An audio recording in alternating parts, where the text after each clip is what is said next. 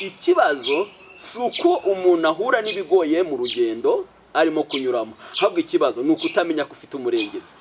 Muri ubwo buzima nanyuzemo, nubwo nagiye nyura mu bingoye, ariko nagiye mbona Imana indengera inyegera. Kubw'iyo mpamvu rero nibyo byanteye kuba ntabasha kuva imbere y'Imana, kubera yuko nayibonyemo ubutabazi, nayibonyemo kurengerwa, nabonye kwegerwa nayo, narayitakiye iranyumva, ndayitabaza iranyumva, ndayihamagarira nyitaba, ndayishaka ndayibona.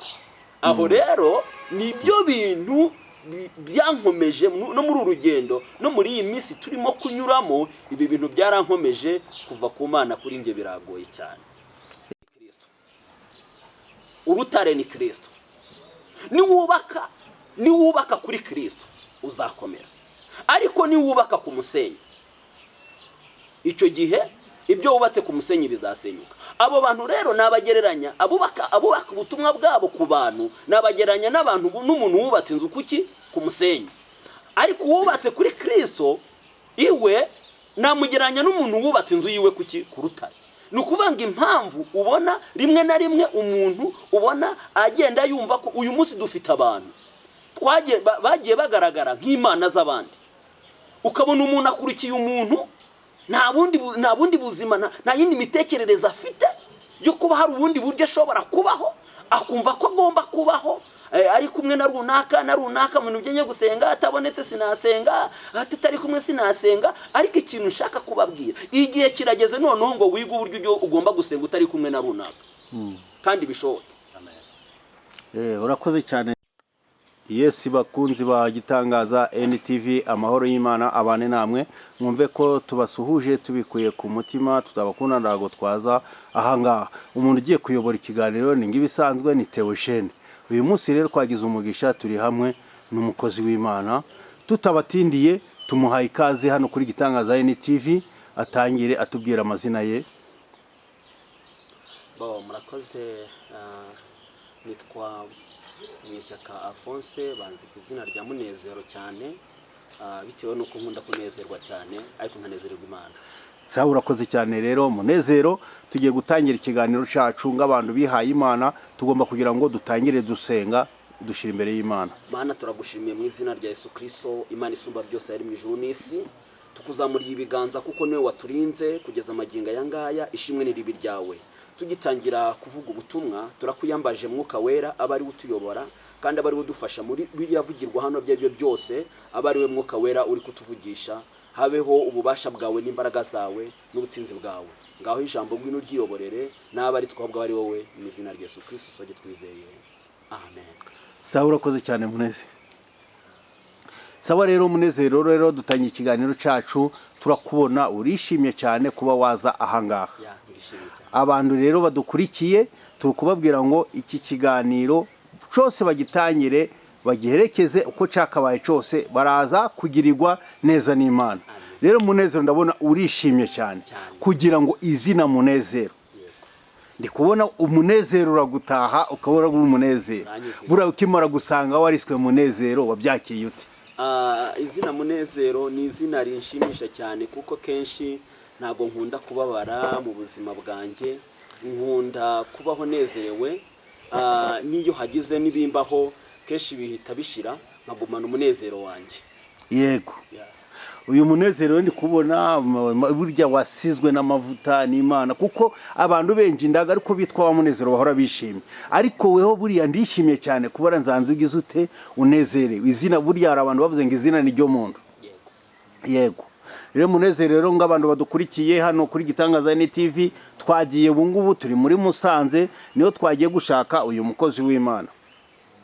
Yatubwiye ko amazina ye, atubwira ibintu byose, ariko tukamubaza ati Munezero, rero ukimara gutangira kuvuga ngo uri Munezero, urishimye kandi uri umukozi w'Imana, wabitangiye ryari?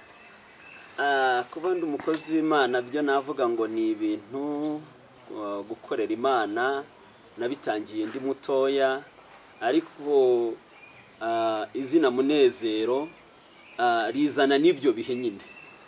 Ibyo bihe by'umunezero byazanywe nuko natangiye gukorera Imana ndi mutoya, ariko mu kwa gukorera Imana nayikoreraga nyine nezerewe, bityo bituma iryo zina rihaguruka. ndaryitwa ndaryemera kuko nasanze ariko nanjye nisanze. yego none ukibitangira atari ibanga wabitangiye ryari mbese kugira ngo uje mu murimo w'Imana? Nabitangiye mfite nk'imyaka 6.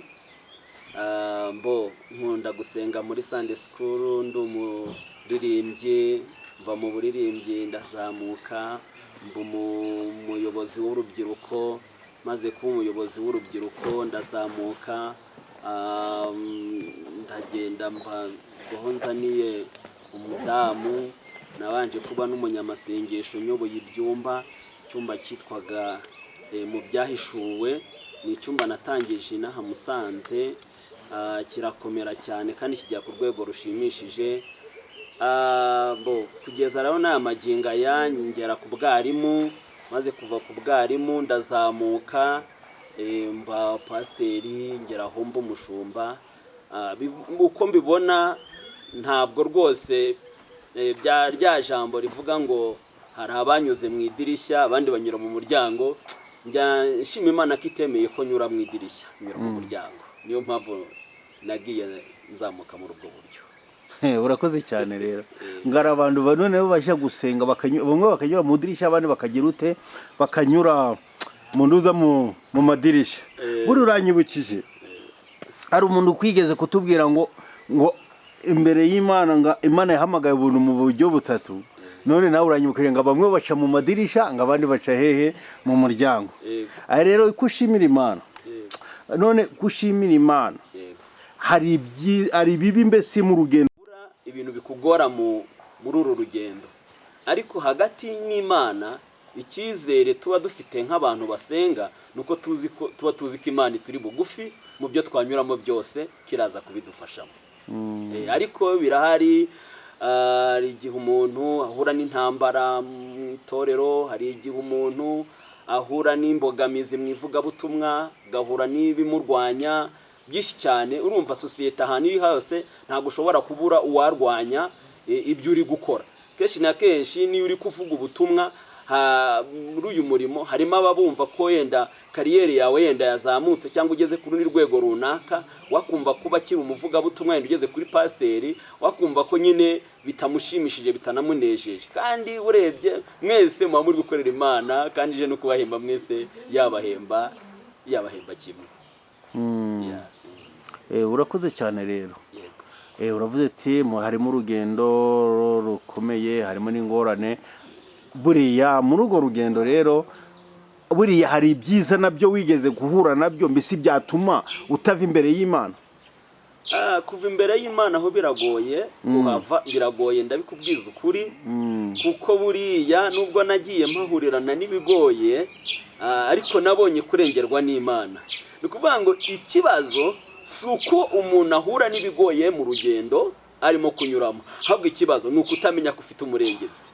Muri ubwo buzima nanyuzemo, nubwo nagiye nyura mu bingoye, ariko nagiye mbona Imana indengera, inyegera. Kubw'iyo mpamvu rero nibyo byanteye kuba ntabasha kuva imbere y'Imana, kubera yuko nayibonyemo ubutabazi, nayibonyemo kurengerwa, nabonye kwegerwa nayo, narayitakira iranyumva, ndayitabaza iranyumva, ndayihamagarira nyitaba, ndayishaka ndayibona. Aho rero nibyo bintu byankomeje no muri urugendo, no muri iyi minsi turimo kunyuramo, ibi bintu byarankomeje. Kuva ku Mana kuri nge biragoye cyane. Urakoze Pastor Munezero. Rero kubw'ibyo ijambo utubwiye ati Imana yo yaragukorera gukomeza mu rugendo. None pasiteri rero ari abantu muri iyi minsi turimo, abantu benshi bamaze gucika indege, nk'abantu mukiri muri uyu murimo muri kubafasha iki? Mu byo ntekereza byo mu minsi yashize, Imana iherutse kumbwira ngo ibiri kubaho, Imana inyereka ko ibi nibyo bari kubona, ariko nyamukuru cy'Imana ishaka ntabwo kiragaragara. Bivuze ko ibyo abantu bari kubona, ibyo abantu bari kunyuramo muri iyi minsi, ni ibintu abantu bari kubona ko ari ibibazo, ari ibintu bigoye, gusenga biragoye, guterana biragoye, ntitwabona hano twahura ngo dusenge, ntitwahurira nk'uko twahoraga mu materaniro, ariko Imana yaje kumishurira ibanga, irambwira ngo icyo nshaka ntabwo kiragerwaho, ntabwo abantu barakibona, ariko kirahari nyuma y'ibi ngibi, kuko Imana nagera yishura umugambi wayo, ariko nzi neza ko ibi bintu hari umugambi w'Imana uhari kandi ukomeye uhamye, kuko mwitege, kuko hari ikintu Imana ishaka kugaragaza nyuma y'ibi ngibi kandi gikomeye cyane. Pastor urakoze cyane. Ari ibintu byo tubwiye rero ngo Imana yaraje irakwiyereka, ari impano Imana yaguhaye ije gutangariza yo kwerekwa ku bantu. Imana iranyereka kandi Imana irambwira kandi Imana iramvugisha. Urakoze cyane rero Pasiteri, amahoro y'Imana abane nawe kubw'ubu butumwa uri kuduha. Twagize umugisha rero kubona abantu waganira nabo, abantu bakivuga umwuka w'Imana, ukubona muri iyi minsi abantu benshi baragiye baravangirwa, ariko wewe uracahumeka, uravuga ati ngiye Imana yanje ntabwo nzayivaho. Ngakubwira ngo Imana y'amahoro ibane nawe kandi ikugirire neza. Tukakubwira ati rero Pasiteri, rero tukavuga ngo ari abantu bari buze kudukurikira bavuga ati ngo umuntu uvugana n'Imana ngo baze baguvugane nawe. Hari igihe bumva bashaka gusengana n'abapasiteri bakibirimo, ukumva ko basengana n'abahanuzi, bakaje badusaba inomero za telefone, uri buze kugira ute kuziba. None tukakubaza ngo muri iyi minsi ikintu kiri gufasha abantu aho uyoboye mu rugendo mu nzira yo kunyuramo ni iki? Urebye abantu ntabwo biragoye cyane, kuko muri iyi minsi kuri iyi gahunda ijyanye n'insengero uko zagiye zihagarara, abantu benshi bagiye basa naho bacitse intege. Mu buryo bunagaragara, abantu bamwe byasaba Kristo, urutare ni Kristo. Niwubaka kuri Kristo uzakomera, ariko niwubaka ku musenyi, icyo gihe ibyo wubatse ku musenyi bizasenyuka. Abo bantu rero nabagereranya, abubaka ubutumwa bwabo ku bantu nabagereranya n'abantu n'umuntu wubatse inzu ku musenyi, ariko wubatse kuri Kristo iwe namugereranya n'umuntu wubatse inzu yiwe ku rutare. Ni ukuvuga ngo impamvu ubona rimwe na rimwe umuntu ubona agenda yumva ko uyu munsi dufite abantu bagiye bagaragara nk'imana z'abandi, ukabona umuntu akurikiye umuntu nta bundi buzima, nta yindi mitekerereze afite yo kuba hari ubundi buryo ashobora kubaho, akumva ko agomba kubaho ari kumwe na runaka mu bintu byo gusenga, atabonetse sinasenga, atari kumwe sinasenga. Ariko ikintu nshaka kubabwira, igihe kirageze noneho ngo wiga uburyo ugomba gusenga utari kumwe na runaka, kandi bishoboke. Urakoze cyane rero abantu badukurikiye hano kuri Gitangaza NTV, mwumve ko Pastor Muneza ababwiye ngo buri muntu wese asenge bimuvuye ku mutima, atasenga akurikiye umuntu runaka. Rero Pastor tukaba tugusaba kugira ngo udeya nimero yawe telefone, nk'umuntu wakumva iki kiganiro akumva bimufashije, kuko yaza mukaganira ku jambo ry'Imana. Nimero yanjye ni 0788724015. iya Tigo ni 0722998893. Nasubiramo MTN 0788724015. Sawa, urakoze cyane rero. Twatangiye ikiganiro cyacu dusenga, tugomba kurangiza n'ikiganiro cyacu dusenga, udushyira imbere y'Imana. Mana, mu izina ry'umwami wacu Yesu Kristo waremye ijuru n'isi, haleluya. Tukuzamuriye ibiganza kuko ni wowe Mana yo kubahwa.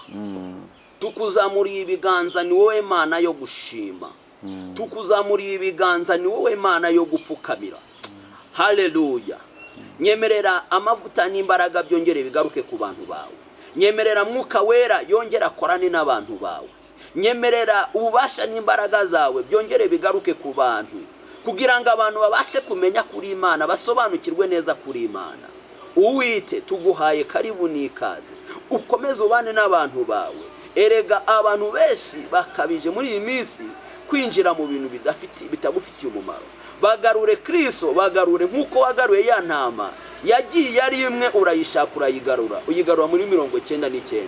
Mana turagushimiye, ntabwo icyubahiro unyemerere cyane uze kuganza kandi uze gutegeka izina ryawe rihabwe icyubahiro n'ibyo dushimiye